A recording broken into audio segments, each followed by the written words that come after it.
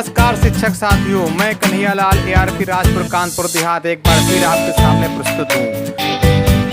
प्राथमिक स्तर पर शिक्षकों की आवश्यकता एवं उनके शिक्षण कार्यों में आने वाली कठिनाइयों एवं समस्याओं को दृष्टिगत रखकर शिक्षकों के उपयोगार्थ 3 हस्त पुस्तिकाओं का विकास किया गया है। प्रथम मॉड्यूल है ध्यानाकर्षण, आधारशिला और शिक्षण तंत्र। आइए बात करते हैं आधारशिला तृतीय मॉड्यूल के विषय में।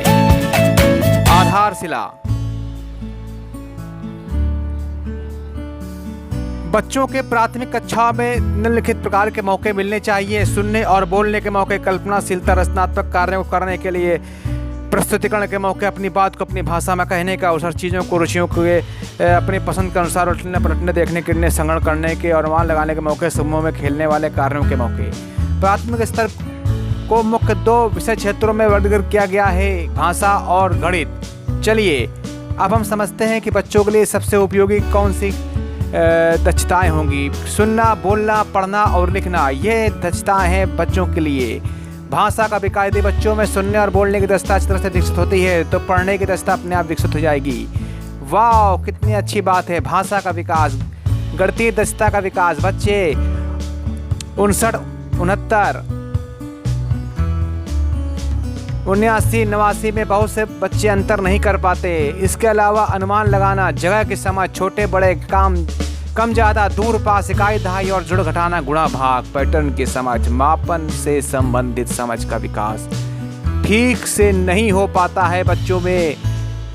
इसलिए बच्चों को आधारशिला मॉड्यूल के स्तर पर शिक्षण करना बहुत ही आवश्यक है। आगे बढ़ते हैं। दैनिक जीवन में निम्न गणितीय दक्षताएं बच्चों में विकसित होनी चाहिए। नंबर 1 संख्या पूर्ण अवधारणा, नंबर 2 संख्या बोध, नंबर 3 गणितीय संक्रियाएं, नंबर 4 मापन, नंबर 5 ज्यामितीय आकृतियों की समझ, नंबर 6 अपने आसपास की चीज़ों को गणित के नज़रिए से देखना। बच्चे को करके सीखने के लिए प्रेरित करना है। बच्चे करके सीखें। चलिए आगे बढ़ते हैं। Next slide.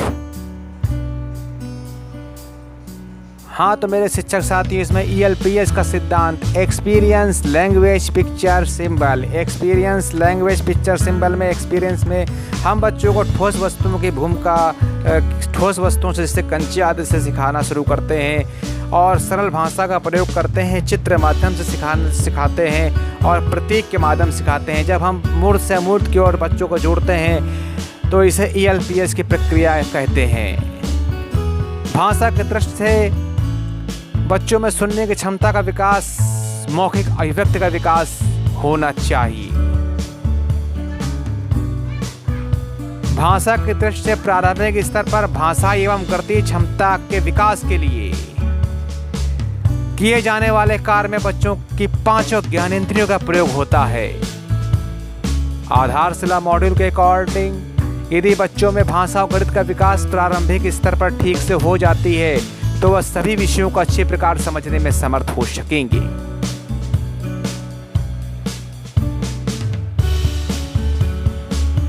भाषा और गणित की बुनियादी समझ बच्चों के परिप्रेक्ष्य में अगर देखें तो भाषा और गणित की बच्चों को बुनियादी समझ होनी चाहिए। अन्य विषयों को सीखने में यह समझ आधार का काम करेगी। अगर भाषा और गणित की बुनियादी समझ बच्चों में विकसित होती है तो बच्चे अन्य विषयों को आराम से सीखेंगे। विषयगत विकास के साथ साथ कार्य एवं व्यवहार एवं सामाजिक मूल की भावना बच्चों के अंदर विकसित होनी चाहिए। शिक्षकों के परिप्रेक्ष्य में देखें, इस मॉड्यूल से भाषा के मूलभूत दक्षताओं का शिक्षकों को विकसित करने के उपायों को शिक्षक जान सकेंगे।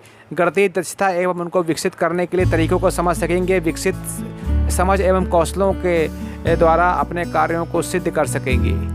आधारशिला हस्त पुस्तिका का उपयोग कैसे करें, मुझे क्या करना है, मुझे क्यों करना है, मैं अपनी परिस्थितियों में इसे कैसे अच्छी तरह करूं, मुझे कैसे पता चलेगा कि जो मैं कर रहा हूं वो ठीक है, मुझे अपना काम करने में कहां से शुरुआत करनी होगी, इस सब का हल आधारशिला पुस्तिका में है मेरे प्यारे शिक्षक साथियों। आधारशिला क्या है, आइए आधारशिला जानते हैं। आधारशिला मीन्स नींव, बच्चों की नींव मजबूत करना। आधारशिला के 6 भाग हैं।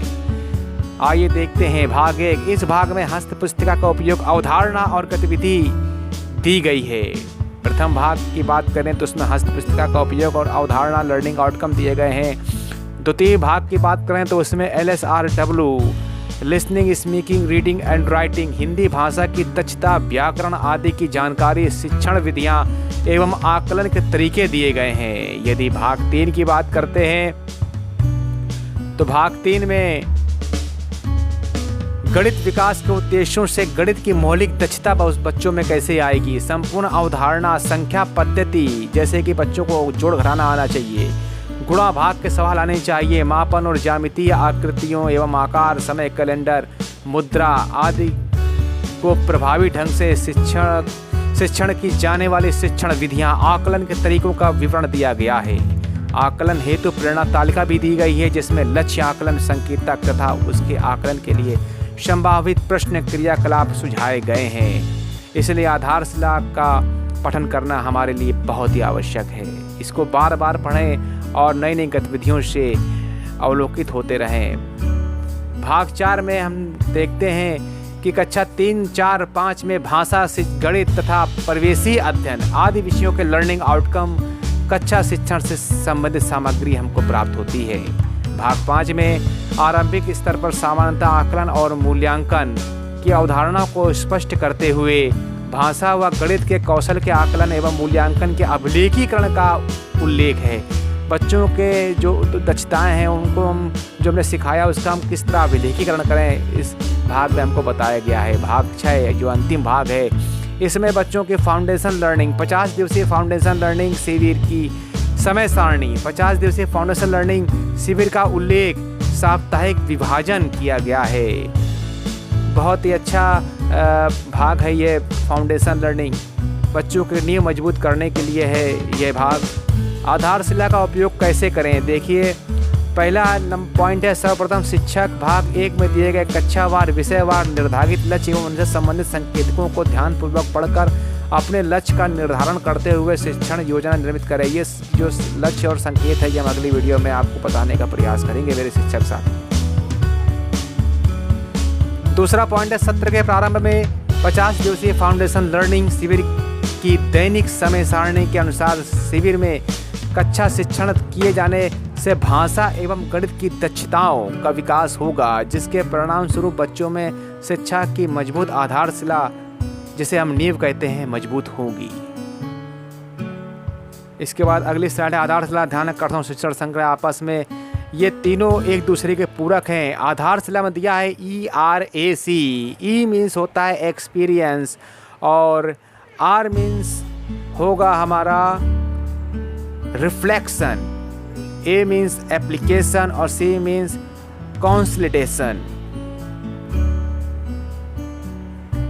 ध्यान आकर्षण में दिया गया है इंट्रोडक्शन, प्रैक्टिस, असेसमेंट।